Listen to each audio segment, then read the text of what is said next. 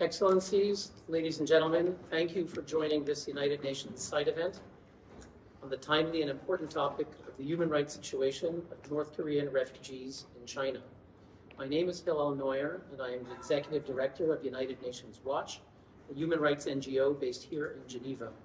We are co-sponsoring this event together with Rights for Female North Koreans, RFNK. I would like to thank my colleagues Louis Elias and Audrey Bernstein for their dedicated work to organize this event, and our entire team.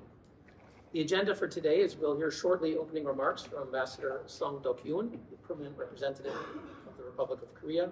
We'll then hear from our panel of speakers who will testify on the desperate plight of North Korean refugees in China. We'll hear from Kim Jong-ah, who's been forcefully separated from two daughters in China and North Korea. We'll hear from Timothy Cho, North Korean human rights activist, torture survivor, who's imprisoned in China and North Korea. And by video, we'll hear from Sung Myung-hee, a two-time defector trafficked twice through China. Now, the following remarks I make on behalf of myself and UN Watch. Many North Koreans brave the treacherous journey across the Yalu and Tumen rivers, natural borders between North Korea and China.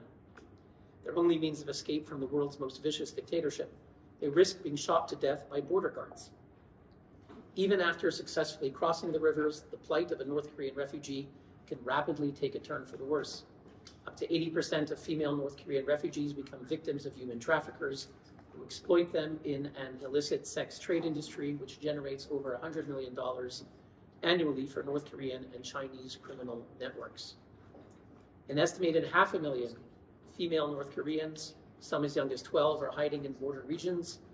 If they are discovered, they face the likelihood of forced repatriation to North Korea. Refugees who are subjected to forced repatriation are subjected to severe human rights abuses upon their return to North Korea. On May 30th, here in Geneva, the UN Committee on the Elimination of Discrimination Against Women issued findings of their review of China, calling for unrestricted access by UNHCR and relevant humanitarian organizations to victims of trafficking from North Korea in China. The committee recommended that China regularize the status of North Korean women who face human rights abuses such as forced marriage and human trafficking, and refrain from cracking down on them due to their undocumented status. We urge the United Nations system to use its influence to dissuade the Chinese government from forcibly repatriating these refugees. In particular, UN High Commissioner for Refugees can take a more active role on behalf of these refugees. As Ambassador Jung-Hoon Lee has pointed out in the past, the legal tools are there for UNHCR to do more for North Korean defectors. UNHCR concluded a bilateral agreement with China in 1995 that granted UNHCR staff in China unimpeded access to refugees within China. Determining who is a refugee requires interviewing the prospective asylum seekers.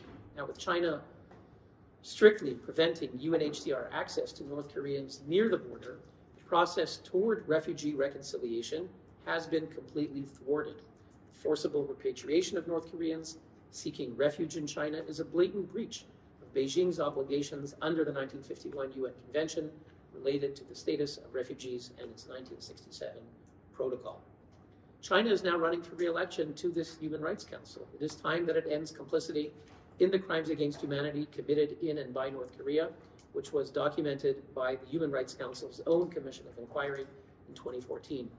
We call on China to end its long-standing policy of forcible repatriation of thousands of North Korean refugees that has resulted in their torture, sexual and gender-based violence, forced abortion, infanticides, and disappearance in gulags and executions that amount to crimes against humanity.